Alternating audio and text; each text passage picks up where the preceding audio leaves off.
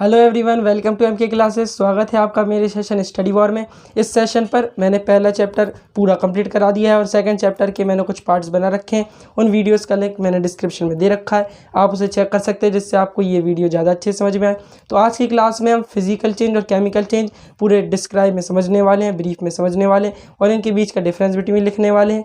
और जो मेथड्स होती हैं मिक्सर को सेपरेट करने की, वो सारी मेथड्स के बारे में आज हम पढ़ने वाले हैं। तो बने रहिए मेरे साथ इस वीडियो पर एंड तक। तो देखिए, सबसे पहले हम पढ़ेंगे फिजिकल चेंज के बारे में कि फिजिकल चेंज क्या होता है। तो मैं आपको इसे एक बार शॉर्ट में समझा देता हूँ। देखिए, चेंज मतलब यहाँ पर है कि किसी चीज़ की अपन ने रिएक्शन कराई या किसी सब्सटेंस को अपन ने किसी दूसरे सब्सटेंस में चेंज किया। जैसे सॉलिड को लिक्विड में किया, या लिक्विड को गैस में किया, या गैस को फिर से सॉलिड में किया, या सॉलिड को गैस में किया। ये कुछ चेंजेस होते हैं। तो इन चेंज में अगर जैसे मैंने सॉलिड से किसी चीज़ को लिक्विड में कन्वर्ट किया, जैसे मैंने आइस है यानी बर्फ़, इसे लिक्विड में अपन चेंज करेंगे वाटर में, इसे पिघलाएंगे तो ये लिक्विड में चेंज हो जाएगी। लेकिन लिक्विड को जो सॉलिड मतलब लिक्विड बन गया अपना वाटर, उसे फिर से अपन फ्रीज करके फिर से आइस बना सकते हैं। तो ऐसे चेंज जिनको अपन रिवर्स कर सकें, रिवर्सेबल जो चेंज होते हैं, उन चेंज को अपन कहते हैं फिजिकल चेंज। तो चलिए अब इसकी डेफिनेशन देखते हैं। देखिए, तो फिजिकल चेंज की डेफिनेशन है, those changes in which no new substances are formed are called physical change. यानी कि ऐसे चेंज जिसमें जो सब्सटेंस में चेंज हुआ है उसमें से कोई भी नया सब्सटेंस अपन को ना मिले, या इसे ये भी कह सकते हैं कि जो चीज़ रिवर्सेबल हो, तो वो सारे चेंज फिजिकल चेंज कहलाते हैं। जैसे यहाँ पर एग्जांपल है मेल्टिंग ऑफ आइस और बॉइलिंग ऑफ वाटर। मतलब कि जो बर्फ़ होती है उसे अगर अपन पिघलाएंगे, तो बर्फ़ पानी से बनी हुई थी, उसे पिघला दिया तो भी पानी ही मिला, और पानी को फिर से जमा देंगे तो फिर बर्फ़ मिल जाएगी। तो वो रिवर्सेबल भी है और कोई नई चीज़ भी नहीं मिली। ऐसे यहाँ पर बॉइलिंग ऑफ वाटर है, तो वाटर को उबालेंगे तो वो वेपर में बनेगा। तो वेपर भली स्टेट इसका चेंज हो, गैस अलग चीज़ नहीं है, क्योंकि जो वेपर बनी है वो भी पानी की ही वेपर है, तो वो भी वाटर है जो वो वेपर बन गया। और वो वेपर ऊपर जाके क्लाउड्स में वेपर जाएंगी जब ऊपर, तो ऊपर कोल्ड होके वो वाटर बनेंगी ठंडी होके, फिर वो नीचे आ जाएंगी, फिर से वो पानी में अपन को रेन के जरिए अपन को फिर से पानी मिल जाएगा। तो इसमें भी कोई चेंज नहीं है, इसलिए ये जो चेंज है ये फिजिकल चेंज है। देख सकते हैं आप। तो चलिए अब केमिकल चेंज समझते हैं। देखिए, तो अब हमारी डेफिनेशन है केमिकल चेंज की। तो यहाँ पर chemical change, those changes in which a new substance is form is called chemical change. यानी कि ऐसे चेंज जिसमें जो एक नया सब्सटेंस अपन को मिले या उन्हें रिवर्स नहीं किया जा सके, ऐसे चेंज को। जैसे मैंने यहाँ पर एग्जांपल लिए रस्टिंग ऑफ आयरन या बर्निंग ऑफ पेपर। जैसे अपन लोगों ने पेपर को बर्न किया, कोई कागज़ है उसको अपन ने जला दिया, बर्न कर दिया, तो वो कागज़ की जो राख बनी, ऐश जो बच गई है, उसे वापस तो अपन कागज़ बना नहीं सकते, फिर से पेपर तो बना नहीं सकते। और इसमें एक नया सब्सटेंस भी मिला अपन को, पेपर से अपन को राख मिली, ऐश मिली, तो ये नया सब्सटेंस है, उसे रिवर्स भी नहीं किया जा सकता।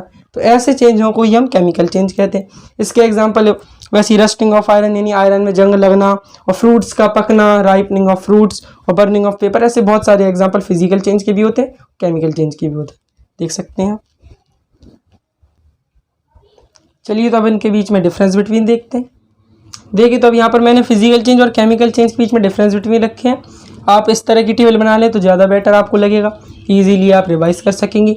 तो मैं यहाँ पर एक एक पॉइंट आपको डिस्क्राइब करता जाऊँगा, आप समझते जाइए। देखिए, पहला पॉइंट है यहाँ पर no new substance is formed, और केमिकल चेंज में a new substance is formed. यानी कि जो फिजिकल चेंज होता है, इस चेंज में कोई भी नया सब्सटेंस फॉर्म नहीं होता है। यानी अपन जो भी करते हैं उसमें एक नया सब्सटेंस नहीं मिलता है अपन को, वही चीज़ मतलब मिल जाती है, उसी से रिलेटेड चीज़ मिल जाती है। जैसे मैंने आपको बताया आइस है, बर्फ़ है, उसको पिघलाएंगे तो वो भी वाटर से बनी थी आइस, और उसे पिघलाने के बाद चेंज तो हुआ, वो सॉलिड से लिक्विड में हो गया चेंज, लेकिन वो अपन को वाटर ही मिला, कोई नई चीज़ नहीं मिली।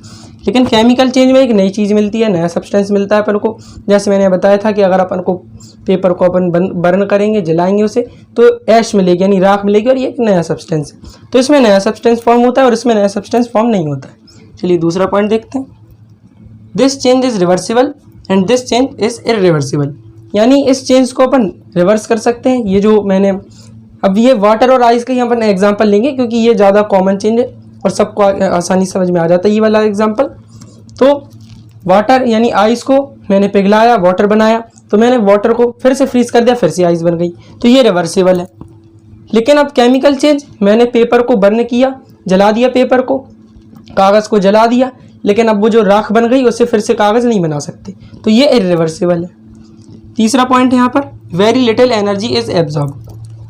यानी इससे ये मतलब हुआ कि ये जो चेंज होते हैं फिजिकल चेंज, इसमें जो एनर्जी लगती है वो बहुत ही कम एनर्जी लगती है, ज़्यादा एनर्जी एब्जॉर्ब नहीं होती है। जैसे बर्फ़ को अपन पिघलाएंगे तो अगर अपन कुछ भी नहीं करेंगे, ऐसी रखी हुई रहेगी तो वो कुछ देर बाद पिघल जाएगी, यानी उसे थोड़ी सी हीट चाहिए पड़ती है पिघलने के लिए।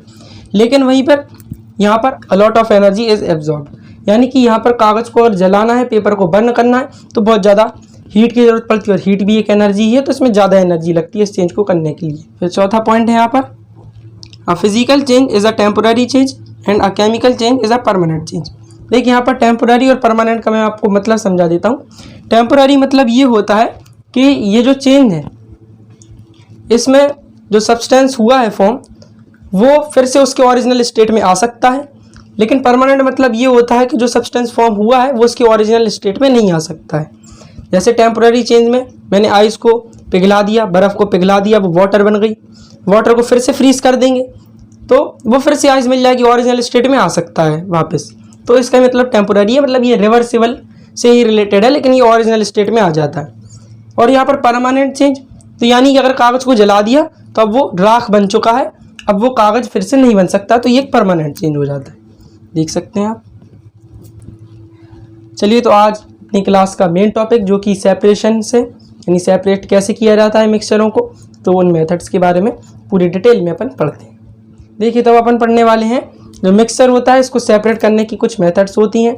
तो मिक्सचर को सेपरेट करने की मेथड्स हम एक एक करके पढ़ने वाले हैं। यहाँ पर मैं पहली मेथड लेने वाला हूँ फिल्ट्रेशन की। तो चलिए इसकी डेफिनेशन देखते हैं। देखिए, the process of removing insoluble solids from a liquid by using filter paper is known as filtration. यानी कि एक ऐसी प्रोसेस जिसमें जो इनसॉल्युबल सॉलिड्स होते हैं, इनसॉल्युबल सॉलिड्स मतलब कि जो ऐसे सॉलिड किसी लिक्विड में जो घुल नहीं पाए हैं, नीचे बच गए हैं, या फिर ऊपर तैर रहे हैं या कहीं पर भी वो बच गए हैं, घुल नहीं पाए हैं, आपको दिख रहे हैं और उन्हें आप अलग कर सकते हैं, फिल्टर करके उसे अलग कर सकते हैं, छान के अलग कर सकते हैं फिल्टर पेपर की सहायता से, या किसी और दूसरी चीज़ जिससे फिल्टर किया जाता है। तो ऐसी प्रोसेस को अपन फिल्ट्रेशन कहते हैं। फिल्टर पेपर एक होता है, फिल्टर पेपर उस पर आप जैसे पानी है, पानी के अंदर मैंने मिट्टी को घोल दिया, सॉइल को घोल दिया, डिज़ोल्व कर दिया, तो नीचे नीचे वो मिट्टी बच जाती है क्योंकि वो घुलेगी नहीं, उसमें डिज़ोल्व नहीं हो पाएगी। तो फिल्टर पेपर में अगर मैं उसे डालूंगा तो पानी पानी अलग हो जाता है, सॉइल अलग हो जाती है। तो फिल्टर पेपर से या किसी छन्नी होती है छानने वाली, तो उससे आप छान लें, तो इस प्रोसेस को फिल्ट्रेशन कहते हैं। तो इसके एग्जाम्पल हैं a mixture of soil and water, a mixture of chalk and water, यानी कि पानी और मिट्टी जो होती है, पानी और सॉइल का मिक्सचर या पानी और चॉक का मिक्सचर। तो ऐसे जो होते हैं ये सारे फिल्ट्रेशन प्रोसेस कहलाती है। तो चलिए अपन नेक्स्ट डेफिनेशन देखते हैं। चलिए तो नेक्स्ट हमारी मेथड है क्रिस्टलाइजेशन। तो इसकी डेफिनेशन है the process of cooling a hot concentrated solution of a substance to obtain crystals is called crystallisation. देखिए क्रिस्टलाइजेशन से ये मतलब हमको मिलता है कि एक हॉट कॉन्सेंट्रेटेड सॉल्यूशन है, या हॉट कॉन्सेंट्रेटेड सॉल्यूशन यानी एक गर्म प्योर कॉन्सेंट्रेटेड सॉल्यूशन है, जिस चीज़ का भी सॉल्यूशन है वो केवल उसी चीज़ से मिलकर बना, उसमें और भी दूसरी चीज़ नहीं है। तो एक हॉट कॉन्सेंट्रेटेड सॉल्यूशन जिसको बहुत ज़्यादा हीट देने पर उसके लास्ट में क्रिस्टल्स बच जाते हैं। तो इस तरह से उसका स्टेट चेंज करते हुए सॉलिड से, मतलब लिक्विड से सॉलिड में चेंज उसको कर दिया है अपन ने, तो अपन को उसके क्रिस्टल्स वापस मिल चुके हैं। तो ऐसी मेथड को कि जिसमें एक लिक्विड से क्रिस्टल्स वापस अपन को मिल जाए, ऐसी प्रोसेस को अपन, ऐसी मेथड को क्रिस्टलाइजेशन कहते हैं। इसका एक बेस्ट एग्जाम्पल होता है impure copper sulphate solution. Copper sulphate solution यानी कॉपर सल्फेट का फॉर्मूला होता है CuSO4। तो एक इम्प्योर कॉपर सल्फेट सॉल्यूशन यानी ये प्योर नहीं होता है CuSO4 का सॉल्यूशन, और उसको बहुत ज़्यादा हीट जब दी जाती है तो लास्ट में क्रिस्टल बच जाते हैं, देख सकते हैं। तो चलिए अब अपन नेक्स्ट मेथड देखते हैं। देखिए नेक्स्ट प्रोसेस है हमारी इवेपोरेशन। तो evaporation is a process which is used to separate a solid substance that has dissolve in a liquid. यानी इवेपोरेशन एक ऐसी प्रोसेस होती है जिसमें उस चीज़ को सेपरेट किया जाता है, किसी सॉलिड चीज़ को जो कि लिक्विड के अंदर डिज़ोल्व है। तो इसमें क्या होता है कि जो लिक्विड है उसको इवेपोरेट कर दिया जाता है, यानी हीट दे के लिक्विड की वेपर बना दी जाती है, भाप बना दी जाती है, उसे इवेपोरेट कर दिया जाता है, और जो भी सॉलिड उसके अंदर डिज़ोल्व है, घुला हुआ है, वो अपन को नीचे नीचे मिल जाता है। जैसे इसका बहुत ही कॉमन एग्जाम्पल है, जैसे मैंने सॉल्ट को या शुगर को पानी में डिज़ोल्व कर दिया, वाटर में डिज़ोल्व कर दिया, तो पानी को जैसे हम हीट करेंगे, वो जो सॉल्यूशन मिल गया अपन को, अपन हीट करेंगे उसे, तो वाटर इवेपोरेट हो जाएगा और सॉल्ट और शुगर अपन को मिल जाएगा वापस। इसी प्रोसेस को अपन इवेपोरेशन कहते हैं। और देखिए The use of the process of evaporation for separating a mixture is based on the fact that liquids evaporates easily whereas solid do not. यानी कि ये जो प्रोसेस है इवेपोरेशन, इसे मिक्सर को सेपरेट करने के लिए इसे यूज़ किया जाता है। ये इस फैक्ट पर बेस्ड है कि जो लिक्विड्स होते हैं, यानी इस प्रोसेस से जो अपन मिक्सर सेपरेट करते हैं, इससे ये पता चलता है, ये फैक्ट मालूम होता है कि जो लिक्विड है वो जल्दी वेपर हो जाते हैं एज़ कम्पेयर टू सॉलिड। यानी सॉलिड जो है उनकी जो भाप बनती है, वेपर बनती है, वो देर में बनती है, लेकिन जो लिक्विड्स हैं वो जल्दी इवेपोरेट हो जाते हैं। तो इसके एग्जांपल वही common salt dissolved in water, sugar dissolve in water और एक्सेट्रा, बहुत सारे इसके एग्जांपल्स होते हैं, देख सकते हैं आप। तो चलिए अब नेक्स्ट मेथड देखते हैं। देखिए नेक्स्ट मेथड है हमारी centrifugation. Centrifugation is the method for separating the suspended particles of a substance from a liquid in which the mixture is rotated at a high speed। यानी सेंट्रीफ्यूगेशन एक ऐसी method होती है, इसमें जो पार्टिकल्स होते हैं, सस्पेंडेड पार्टिकल्स किसी लिक्विड के अंदर, वो सस्पेंडेड है पार्टिकल्स, उसके अंदर घुसे हुए इनसेट हैं वो पार्टिकल्स, उनको जो लिक्विड है उसको बहुत हाई स्पीड में घुमाया जाता है, रोटेट किया जाता है बहुत ही हाई स्पीड पे, जिससे जो सस्पेंडेड पार्टिकल्स हैं वो उस लिक्विड से अलग हो जाते हैं। ऐसी प्रोसेस को, ऐसी मेथड को ही हम सेंट्रीफ्यूगेशन कहते हैं। तो इसके कुछ एग्जांपल हैं, blood cells and plasma, cream from milk. यानी कि जो प्लाज्मा होती है उसके अंदर जो ब्लड सेल्स इंसर्ट हैं, सस्पेंडेड हैं, उसको बहुत हाई स्पीड पे सेंट्रीफ्यूगेशन मेथड से ब्लड सेल और प्लाज्मा को अलग कर सकते हैं। ये 9th क्लास के ही सिलेबस से बायोलॉजी का ही ये एक चैप्टर है, सेल्स वाला, फंडामेंटल यूनिट ऑफ लाइफ, उसी से ये आप समझेंगे तो आपको अच्छे समझ में आ जाएगा। और क्रीम फ्रॉम मिल्क, यानी मिल्क को भी बहुत हाई स्पीड में अगर घुमाए तो उसमें से क्रीम अलग हो जाती है। तो ये सब सेंट्रीफ्यूगेशन वाली मेथड से ही होता है, देख सकते हैं आप। तो चलिए अब नेक्स्ट मेथड देखते हैं। देखिए नेक्स्ट मेथड है हमारी डिस्टिलेशन की। Distillation is the process of heating a liquid to form vapour and then cooling the vapour to get back liquid. यानी कि डिस्टिलेशन एक ऐसी प्रोसेस होती है जिसमें जो सॉल्यूशन है अपने पास, जो मिक्सर है अपने पास, उसमें लिक्विड है, अगर लिक्विड के अंदर कोई सॉलिड चीज़ डिजॉल्व है, तो जैसे इवेपोरेशन में होता है कि लिक्विड को अपन इवेपोरेट कर देते हैं, पर उसमें एक कंडीशन हो जाती है कि उसमें ये नहीं पता रहता कि जो लिक्विड अपन ने इवेपोरेट किया है वो वापस अपन को मिलेगा या नहीं मिलेगा। लेकिन डिस्टिलेशन में ये कंफर्म रहती है कि जो भी लिक्विड है उसे अगर अपन ने मतलब कि सेपरेट करने के लिए, दो अलग अलग चीज़ों को अलग अलग करने के लिए, सेपरेट करने के लिए जो अपन ने लिक्विड को हीट देके इवेपोरेट कराया है, उसे वेपर बनाई है अपन ने उस लिक्विड की, तो वो वापस मिल जाएगा अपन को वो वाला लिक्विड। ऐसी प्रोसेस को ये अपन डिस्टिलेशन कहते हैं। और वो दोनों सेपरेट भी हो जाएंगे अलग अलग। फिर जब वो अपन निकाल लेंगे, वापस सेपरेट कर लेंगे, जैसे यहाँ पर शुगर डिजॉल्व इन वाटर, तो शक्कर पानी में घुली है, शुगर पानी में डिजॉल्व है, वाटर में डिजॉल्व है शुगर, तो अपन वाटर को इवेपोरेट कर लेंगे, फिर शुगर को निकाल लेंगे और वाटर फिर से अपन को वापस मिल जाएगा। वैसे ही सॉल्ट डिजॉल्व इन वाटर, तो वाटर पहले इवेपोरेट हो जाएगा, फिर सॉल्ट मिल जाएगा, फिर वाटर भी वापस मिल जाएगा, देख सकते हैं आप। और वापस कैसे मिलेगा अपन को, जब इसे अपन कूल कर लेंगे, तो वाटर को जब हीट देंगे तो वो इवेपोरेट हो जाएगा, वेपर बन जाएगी उसकी, जब कूल कर लेंगे तो वो वापस अपन को मिल जाएगा। चलिए तो अब नेक्स्ट मेथड देखते हैं। देखिए नेक्स्ट डेफिनेशन है हमारी फ्रैक्शनल डिस्टिलेशन की। Fractional distillation is the process of separating 2 और मोर मिक्सेबल लिक्विड्स बाय डिस्टिलेशन। यानी फ्रैक्शनल डिस्टिलेशन एक ऐसी प्रोसेस होती है जिसमें जो सॉल्यूशन है या जो मिक्सचर है उसमें 2 लिक्विड्स आपस में डिजॉल्व हैं। मिक्सेबल यानी ये होता है कि वो दोनों लिक्विड्स जो हैं वो आपस में डिजॉल्व हैं, घुले हुए हैं, उनको अलग करना है अपन को डिस्टिलेशन की सहायता से। डिस्टिलेशन मैंने अभी आपको बताई प्रोसेस, पिछली डेफिनेशन हमारी डिस्टिलेशन ही थी कि उसको इवेपोरेट अपन कर देंगे तो जो बच जाएगा नीचे वो अपन को मिल जाएगा, और जो वेपर बनी है जिस भी लिक्विड की, वो भी लिक्विड भी अपन को वापस मिल जाएगा। उसे इवेपोरेट किया है तो वो वापस मिल जाएगा कूल करने के बाद। तो अब ऐसे अलग अलग तब होगा जब वो लिक्विड्स भी अलग अलग होंगे, तभी तो अपन अलग कर पाएंगे। जैसे कि मैंने यहाँ पर एग्जांपल के लिया अल्कोहल एंड वाटर, यानी अल्कोहल है और वाटर है, तो वाटर में यानी पानी में अल्कोहल डिजॉल्व है, तो अब हमें अल्कोहल और वाटर को अलग अलग करना है। तो अब ये दोनों लिक्विड हैं, आपस में डिजॉल्व भी हो जाते हैं, तो इनको अलग अलग करना है, तो इसके लिए अपन फ्रैक्शनल डिस्टिलेशन की मदद लेंगे। फ्रैक्शनल डिस्टिलेशन में इन लोगों का जो बॉइलिंग पॉइंट होगा, यानी अल्कोहल का और वाटर का बॉइलिंग पॉइंट होगा, वो अलग अलग होता है। जैसे अल्कोहल का होता है 78 डिग्री सेल्सियस, वाटर का होता है 100 डिग्री सेल्सियस। तो जब अपन इसे हीट करेंगे तो अल्कोहल जो है उसकी पहले इवेपोरेट यानी पहले इवेपोरेट हो जाएगी अल्कोहल, उसकी वेपर्स पहले बन जाएंगी, फिर नीचे वाटर बचेगा तो वाटर अलग हो जाएगा, अल्कोहल अलग हो जाएगी, फिर वाटर अपन हटा लेंगे, फिर अल्कोहल को कूल करने के बाद जो उसकी वेपर्स बनी है उसे कूल करने के बाद अल्कोहल भी वापस मिल जाएगी अपन को। तो फ्रैक्शनल डिस्टिलेशन वही प्रोसेस होती है जिसमें जो सॉल्यूशन है या जो मिक्सचर है उसमें 2 लिक्विड्स या 2 से ज़्यादा लिक्विड्स आपस में डिजॉल्व हैं, लेकिन उनके बॉइलिंग पॉइंट्स अलग होने चाहिए। टेम्परेचर जो उन लोग को नीड होता है इवापोरेट होने के लिए वो अलग अलग होना चाहिए, तब ये आपस में अलग अलग हो सकते हैं। अगर सेम होगा तो वो अलग अलग नहीं हो सकते। तो ऐसे यहाँ पर कुछ एग्जाम्पल हैं, alcohol and water, ink and water, milk and water etcetera, ये सारे इसके एग्जाम्पल्स। तो चलिए नेक्स्ट डेफिनेशन देखते हैं। तो देखिए अगली मेथड समझने से पहले हम फ्रैक्शनल डिस्टिलेशन को एक डायग्राम के सहारे समझ लेते हैं, एक प्रैक्टिकल जिसको अपन डायग्राम के सहारे समझेंगे, जिसमें जो अल्कोहल है और वाटर है इसका एक मिक्सचर है, जिसमें से अपन को अल्कोहल और वाटर को सेपरेट करना है, अलग अलग करना है। तो इस प्रैक्टिकल को करने के लिए हमें यहाँ पर पहले ट्राइपॉड स्टैंड चाहिए पड़ेगा, बर्नर चाहिए, डिस्टिलेशन फ्लास्क, बीकर, ये सारी चीज़ें चाहिए पड़ती हैं, और एक वाटर कंडेंसर भी चाहिए।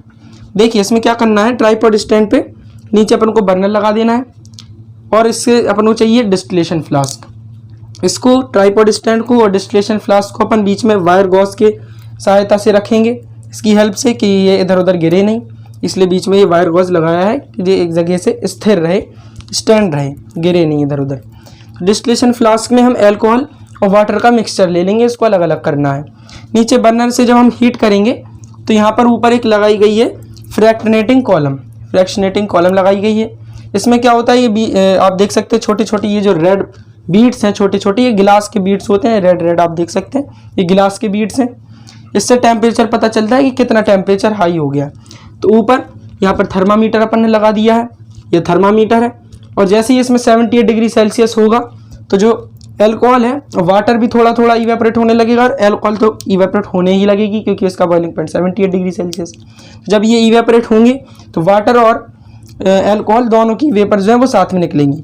फिर जब ये फ्रैक्शनेटिंग कॉलम से जाएंगे तो बीच में ये जो ग्लास बीड्स हैं ये वाटर वेपर्स को अलग कर देंगे, और केवल अल्कोहल की जो वेपर्स हैं वही केवल ऊपर जा पाएंगी। फिर ये यहाँ से जब पास होंगी वाटर कंडेंसर से, तो अभी जो वाटर मतलब अल्कोहल की जो वेपर्स है वो भी हॉट होंगी, गर्म होंगी, तो इन्हें ठंडा करने पड़ेगा, जिससे इनका जो गैस वाला स्टेट है वो लिक्विड में चेंज हो जाए, तभी तो अपन को अल्कोहल वापस मिल पाएगी। तो यहाँ से अपन क्या करेंगे, वाटर कंडेंसर में कूल वाटर हो तो ज़्यादा अच्छा है। तो वाटर यहाँ से अपन डालेंगे, टैप या जिसकी भी सहायता से वाटर अपन यहाँ से इंसर्ट करेंगे, और यहाँ से वाटर निकलना भी चाहिए कि बार बार वाटर पास आउट होता रहेगा, तो वाटर जो है वो भी हॉट नहीं होगा, कूल ही बना रहेगा, इसलिए पास आउट करना पड़ेगा। तो यहाँ से वाटर पास आउट होता रहेगा, फिर जो वेपर्स हैं वो यहाँ पर आके कूल हो जाएंगी और लिक्विड में चेंज हो जाएंगी, अल्कोहल वेपर्स। फिर वो यहाँ पर आके इस बीकर में इसकी छोटी छोटी जो बूंद रहेंगी अल्कोहल की वो यहाँ पर कलेक्ट हो जाएंगी, इकट्ठा हो जाएंगी, जिससे जो वाटर और अल्कोहल का जो मिक्सचर था उसमें से अल्कोहल अलग हो जाएगा, वाटर अलग हो जाएगा। देख सकते हैं आप। चलिए तो अब नेक्स्ट मेथड देखते हैं। देखिए नेक्स्ट मेथड है हमारी सेपरेशन बाय सेपरेटिंग फनल, यानी अब जो सेपरेशन हम करेंगे वो सेपरेटिंग फनल से करेंगे। तो एक मेथड होती है जिसमें एक फनल होती है सेपरेटिंग फनल, उसमें 2 इमिसिबल लिक्विड्स भरे होते हैं। जैसे यहाँ पर डेफिनेशन मैंने लिखी है, a mixture of 2 immiscible liquids can be separated by using a separating funnel, यानी कि 2 इमिसिबल लिक्विड्स हैं, यानी वो आपस में डिसॉल्व नहीं है, अलग अलग हैं, और उनकी बॉर्डर दिख रही है उन दोनों के बीच की। जैसे यहाँ पर मैंने डायग्राम भी बनाया हुआ है, जैसे इसे लेट कर लीजिए, ये ऑयल है और ये वाटर है, तो इसके बीच में आपको देखिए बॉर्डर दिख रही है, यहाँ से वाटर स्टार्ट है और यहाँ से ऑयल है। तो जो लाइटर लिक्विड होगा यानी जिसकी डेंसिटी कम होगी वो ऊपर ऊपर रहेगा, और जो हैवी होगा जिसकी डेंसिटी ज़्यादा होगी वो नीचे रहेगा।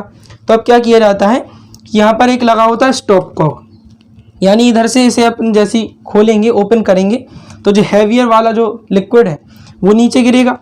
नीचे जब वो गिर जाएगा और फिर जैसे ही ये जो बॉर्डर है ये ऑयल की जब यहाँ पर आ जाएगी, यानी कि अब आपको ये पता होना चाहिए कि ऑयल कहाँ तक आ गया। तो जैसे ये पूरा वाटर जब निकल आएगा यहाँ पर और ऑयल बचेगा, तो आप वैसे ही इसको स्टॉप कॉक से इसे बंद कर दें, फिर से टाइट कस दें इसको। तो यहाँ पर ऊपर ऊपर ऑयल बचेगा फनल में, नीचे नीचे वाटर आ जाएगा। इस तरह से इसे सेपरेट किया जाता है सेपरेटिंग फनल से। तो इसके वही एग्जांपल होते हैं, जैसे वाटर में केरोसिन अगर मिला हुआ है, मतलब कोई भी 2 इमिसिबल लिक्विड्स, यानी वो आपस में बस डिसॉल्व ना हो, 2 इमिसिबल लिक्विड्स हो, उन्हें आप सेपरेटिंग फनल में डाल के अलग अलग कर सकते हैं। देख सकते हैं आप। देखिए एक मेथड होती है उसमें जो सेपरेशन होता है वो मैग्नेट से किया जाता है। तो मैग्नेट से केवल वही चीज़ सेपरेट हो सकेंगी जो उससे अटैच हो, जो मैग्नेट से चिपके, जैसे जो मेटल्स होते हैं जैसे आयरन, तो ये सारे जो हैं वो मैग्नेट से अटैच होते हैं, चिपक जाते हैं। तो केवल ऐसी चीज़ों को आप सेपरेट कर सकते हैं। जैसे आप खुद प्रैक्टिकल आप कर सकते हैं, आप अपने साधारण लाइफ में आप देखें तो आपको सराउंडिंग में जो सॉइल मिलती है, कॉमन जो सॉइल आपको मिल जाती है, उसमें भी आप अगर मैग्नेट इस तरह से घुमाएं या उसमें से छुलाएं और आप थोड़ी दूर तक ऐसे उस पर फेरें मैग्नेट को, तो उसमें भी छोटे छोटे पार्टिकल्स या और भी जो उसमें अटैच हो जाते हैं मैग्नेट में, उसके पार्टिकल्स आपको मिल जाते हैं। तो ये साधारण सी सेपरेशन की मेथड होती है। एक होती है बहुत ही मेन मेथड जिसे अपन क्रोमेटोग्राफी के नाम से जानते हैं। तो ये थोड़ा वास्ट टॉपिक होता है क्रोमेटोग्राफी का। तो अब इस पर मैं एक अलग प्लेलिस्ट बनाने वाला हूँ जिसमें जो चैप्टरों से जो बड़े बड़े वास्ट टॉपिक्स हैं, बड़े बड़े टॉपिक्स हैं, उन पर मैं अलग से वीडियो बनाऊंगा, उनकी अलग प्लेलिस्ट में बनाने वाला हूं। तो कुछ दिनों के बाद मैं क्रोमेटोग्राफी पर बनाने वाला हूं वीडियो, उसे मैं अपलोड कर दूंगा यूट्यूब पर, तो आप मेरे चैनल पर देख सकते हैं और इस वीडियो को मिस ना करें। तो अब इन्हीं मेथड्स पर बेस्ड कुछ क्वेश्चन आंसर करते हैं। देखिए हमारे क्वेश्चन आंसर आ चुके हैं। तो यहाँ पर क्वेश्चन है, which separation techniques will you apply for the separation of the following. यानी कि यहाँ पर कुछ मिक्सर या सॉल्यूशन दिए गए हैं, इनमें से जो भी चीज़ वो कहेंगे अपन को सेपरेट करनी है, तो उनमें कौन सी सेपरेशन टेक्निक्स अपन लगाएं जिससे उस चीज़ को अपन सेपरेट कर सकें उसके मिक्सर से। तो यहाँ पर देखिए इसमें पहला क्वेश्चन है, sodium chloride from its solution in water. यानी सोडियम क्लोराइड मतलब होता है कॉमन सॉल्ट, तो उसका जो सॉल्यूशन है वाटर के साथ, यानी कि वो वाटर के अंदर घुला हुआ है, डिजॉल्व है, उसमें से अपन को सॉल्ट को अलग करना है। तो इसमें कौन सी सेपरेशन की टेक्निक अपन लगाएंगे। मैंने आपको बताया था कि इसमें इवेपोरेशन लगेगी, क्योंकि जैसे इवेपोरेशन अपन वाटर और सॉल्ट सॉल्यूशन में, मतलब जो है उसका सॉल्यूशन सॉल्ट वाटर में डिजॉल्व है, उसे अपन इवेपोरेट जैसी करेंगे तो वाटर की जो है वो वेपर बन जाएगी और सॉल्ट रह जाएगा। क्योंकि जो सॉल्ट है उसका जो बॉइलिंग पॉइंट होता है वो 800 डिग्री सेल्सियस होता है और वाटर का बॉइलिंग पॉइंट 100 डिग्री सेल्सियस होता है। तो इसलिए वाटर सबसे पहले इवेपोरेट हो जाएगा और नीचे नीचे जो है वो सॉल्ट बच जाएगा। तो इसमें जो सेपरेशन टेक्निक लगेगी वो हमारी लगेगी इवेपोरेशन। तो मैं यहाँ पर लिख देता हूँ इवेपोरेशन।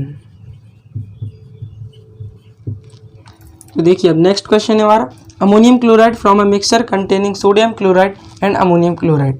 यानी एक मिक्सचर है जिसमें अमोनियम क्लोराइड यानी CH4Cl और सोडियम क्लोराइड यानी NaCl, जिसे अपन कॉमन सॉल्ट भी कहते हैं, इन दोनों का मिक्सचर है।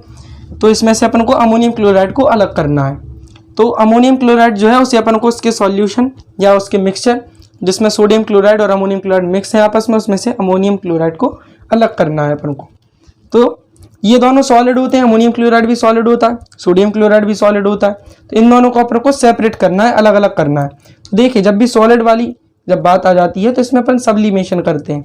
सब्लिमेशन ऐसे होगा क्योंकि जो अमोनियम क्लोराइड का जो बॉइलिंग पॉइंट होता है वो 520 डिग्री सेल्सियस और जो सोडियम क्लोराइड का बॉइलिंग पॉइंट होता है वो 800 डिग्री सेल्सियस। तो सबसे पहले इवेपोरेट हो जाएगा अमोनियम क्लोराइड और बाद में नीचे बच जाएगा सोडियम क्लोराइड। तो इस तरह से ये सेपरेट हो जाएंगे सब्लिमेशन से। मैं यहाँ पर लिख देता हूँ आंसर में, इसे अपन सेपरेट करेंगे सब्लिमेशन से। चलिए नेक्स्ट क्वेश्चन देखते हैं। देखिए नेक्स्ट क्वेश्चन है हमारा, small pieces of metal in the engine oil of a car. यानी कि इंजन ऑयल है कार का, तो उसमें जो मेटल के छोटे छोटे पीस हैं वो उसके अंदर मौजूद हैं, वो उसके अंदर हैं इंजन ऑयल में कार के। इसको अलग करना है अपन को। तो सिंपली इसे अपन छान के फिल्टर करके अलग कर सकते हैं। तो नाम से पता चलता है इसे अपन फिल्टर करके अलग करेंगे, तो यहाँ पर फिल्ट्रेशन लग जाएगा। देखिए तो इसको अपन अलग कर सकते हैं फिल्ट्रेशन से। यहाँ पर लिख देता हूँ फिल्ट्रेशन। देखिए नेक्स्ट क्वेश्चन है, बटर फ्रॉम कर्ड। तो मैंने आपको बताया था जो बटर होता है वो कर्ड से, कर्ड यानी दही, बटर यानी मक्खन, तो दही से यानी कर्ड से बटर को अलग करना है अपन को। तो इसे अपन को बहुत हाई स्पीड में घुमाना पड़ेगा, कर्ड को, दही को बहुत हाई स्पीड में घुमाना पड़ेगा, जिससे जो बटर है उसमें से अलग हो जाएगा। तो इस प्रोसेस को अपन कहते हैं सेंट्रीफ्यूगेशन, हमने पढ़ा है। तो इसलिए इसको अपन अलग कर सकते हैं सेंट्रीफ्यूगेशन से। यहाँ पर लिख देता हूँ सेंट्रीफ्यूगेशन। देखिए नेक्स्ट है ऑयल फ्रॉम वाटर।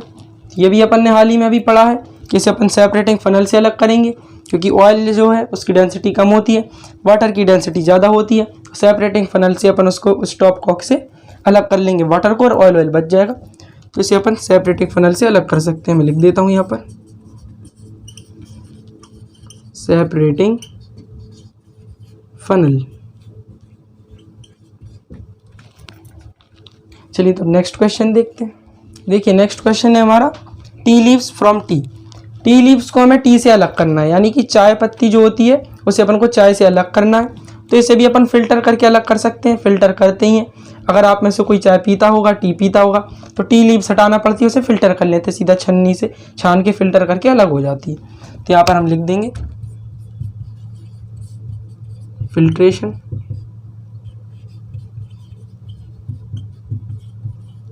देखिए नेक्स्ट क्वेश्चन है आयरन पिंस फ्रॉम हस्क, यानी कि जो आयरन की पिंस है उसे हमें हस्क से अलग करना है, यानी जो लोहे की कील है, छोटी छोटी पिंस हैं, उसको अपन को हस्क से यानी कि भूसे से अलग करना है। हस्क यानी भूसा, उसे अलग करना है आयरन की पिंस को। तो देखिए आयरन पिंस है, आयरन मेटल है, इसे अपन मैग्नेट से अटैच करके अलग कर सकते हैं। तो इसको जो अपन अलग करेंगे वो मैग्नेटिक सेपरेशन से अलग कर देंगे।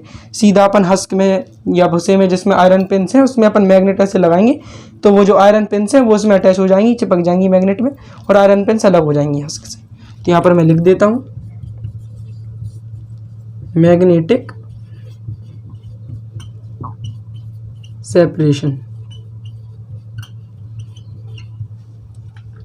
नेक्स्ट क्वेश्चन है हमारा व्हीट ग्रेन्स फ्रॉम हस्क, यानी कि व्हीट के जो ग्रेन्स है उसे हमें हस्क से अलग करना है, यानी गेहूं के दानों को अपन को भूसे से अलग करना है। तो इसका आंसर है HW। मतलब कि इसका आंसर आपको कमेंट में बताना है, मतलब आप में से किसी को भी इसका आंसर पता है तो आप उसे कमेंट करके बताएं। तो इसी के साथ जो हमारी क्लास है और ये चैप्टर वो एंड होते हैं। अब हम मिलेंगे नई वीडियो में एक नए चैप्टर के साथ। अगला चैप्टर हमारा एटम्स एंड मॉलिक्यूल्स है, तो नेक्स्ट वीडियो हमारी उसी पर बेस्ड होगी, उसका इंट्रोडक्शन मैं बताऊंगा। अगर आपको ये क्लास ये वीडियो अच्छी लगी हो तो उसे लाइक करें, मेरे चैनल पर नए हैं तो उसे सब्सक्राइब करके बेल आइकन जल्द से जल्द प्रेस करें, जिससे आपको मेरी नई वीडियो सबसे पहले मिल सके। तो मिलते हैं अगली वीडियो में, तब तक के लिए बाय बाय।